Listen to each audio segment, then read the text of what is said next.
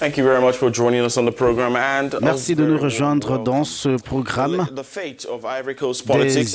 Des Ivoiriens retiennent leur souffle. C'est ce 6 février, en effet, que la Cour pénale internationale se prononcera à La Haye, aux Pays-Bas, sur la levée des restrictions à la liberté de l'ancien président ivoirien Laurent Gbagbo et de son co-accusé Charles Blé Goudé. L'audience est attendue avec impatience par les Ivoiriens qui suivent le procès depuis son début en 2016. Awaited by Ivorians who have been following the trial since it began in 2016. Certains réclament la libération totale de Laurent Gbagbo, tandis que d'autres plaident pour le statu quo. Exactement, Jerry, acquittés en janvier 2019 des crimes contre l'humanité qui leur étaient reprochés, Laurent Gbagbo et Charles Blé Goudé restent néanmoins soumis à une série de conditions, dont l'interdiction de quitter la ville où ils résident respectivement, soit Bruxelles et La Haye, sans l'autorisation expresse de la Cour. Une décision arbitraire, dénonce leur avocat, qui revient à leur interdire toute participation à la vie publique ivoirienne en une période cruciale, celle de la présidentielle d'octobre prochain. Et qu'en pense la population? Eh bien, elle est divisée, comme en témoignent ces réactions recueillies par notre correspondant. Écoutez. En Afrique du Centre, lorsque Bemba a été libéré, le ciel n'est pas tombé sur la tête. ATT est rentré dans son pays. Et il y a plein de présidents, même Bozizé aussi est rentré dans son pays. On ne peut pas séquestrer Gbagbo pendant 8 ans et laisser souffrir une partie des Ivoiriens. Quand tu vois la configuration politique en Côte d'Ivoire, le PDCI est avec son président, Henri Konan Bédié. Ils se sentent bien, ils luttent pour 2020, pour les élections de 2020. Le RADP aussi étant au pouvoir, ils sont heureux avec le président. Mais il y a une partie de la population qui est marginalisée. Ce n'est pas normal. Nous voudrions bien que le président Laurent Gbagbo entre au pays. Et ça va nous apaiser, nous les militants. On va donc se mettre en ordre de bataille pour les élections de 2020, tout en espérant gagner ces élections-là. En tout cas, notre souhait, c'est la libération du président Laurent Gbagbo. Parce que nous savons qu'aujourd'hui, c'est un Ivoirien qui va amener la paix et la réconciliation dans son pays. Son pays a tant besoin de cette paix-là, de son retour. Donc, les juges aussi ont déjà bien mené le jugement jusque-là.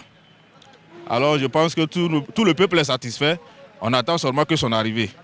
Et le 6 février, nous serons tous devant notre téléviseur pour vraiment avoir le mot final. Voilà. Vraiment, mon président Laurent Gbagbo, vraiment, je l'attends. Il n'a qu'à attendre. Voilà, il n'a qu'à attendre. Voilà. Pour le moment, on n'a pas besoin de lui ici d'abord. Il n'a qu'à rester là-bas. Nous, on veut manger, vivre tranquille. S'il vient là, nous, ça ne nous arrange pas. Il n'a qu'à rester là-bas. Ça ne peut pas nous arranger. Ça ne peut pas nous arranger. Il n'a qu'à attendre. Quand son moment va arriver, il va venir. Mais pour le moment, on aura besoin de lui pour le moment. En tant qu'Ivoirien, il ne veut même pas qu'un Ivoirien soit en prison. Pour la paix, pour la Côte d'Ivoire, je ne veux pas qu'un Ivoirien soit en prison. Tous ceux qui ont fait, tout le monde a commis des péchés, tout le monde a fait du mal. Donc un Ivoirien ne peut pas être en prison, d'autres sont au dehors, on ne peut pas aller devant avec ça. Quel que soit ce qui va se passer, il faut que tous ceux qui sont en prison doivent être libérés, sans condition. Les Ivoiriens ont donc proposé leurs sentiments concernant la décision de la CPI. François Konan est journaliste et analyste politique au groupe Le Réveil en Côte d'Ivoire. Il revient sur l'impact probable de la décision attendue de la CPI sur la vie politique ivoirienne et la présidentielle à venir. Laurent Gbagbo pourrait demander à rentrer en Côte d'Ivoire et prendre part aux jeux politiques en Côte d'Ivoire. De l'autre côté, le gouvernement prend des dispositions pour que ce ne soit pas possible à travers les avocats de l'État qui ont fait une requête pour s'opposer à la possibilité de la levée de ces restrictions. Bon, là, on est comme dans une impasse parce que de toute façon, si les restrictions sont levées et que Laurent Gbagbo demande avec Charles Blé Goudé de rentrer en Côte d'Ivoire, ils sont déjà condamnés à 20 ans de prison par le tribunal de Côte d'Ivoire et qui les accuse, pour Laurent Gbagbo, du braquage de la BCEAO, et aussi Blé Goudé aussi a écopé de 20 ans de prison. Et même si le procès de Blé Goudé n'est pas encore terminé, mais ce serait des obstacles majeurs pour la réalisation de leur vœu de rentrer en Côte d'Ivoire.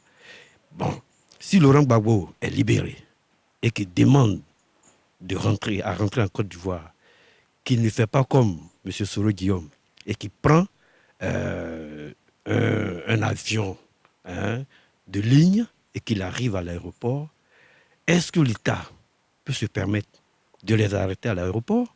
S'il revient, il va avoir, c'est ce qui fait la peur du pouvoir en place, il va avoir un véritable bouleversement de l'espace politique ivoirien. On connaît le poids de Laurent Gbagbo.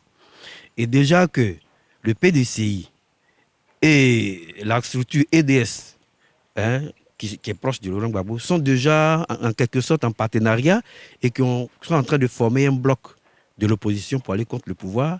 Donc il y a une possibilité d'un chamboulement au niveau politique. Si Laurent Gbagbo est là, le pouvoir aurait du mal à être réélu.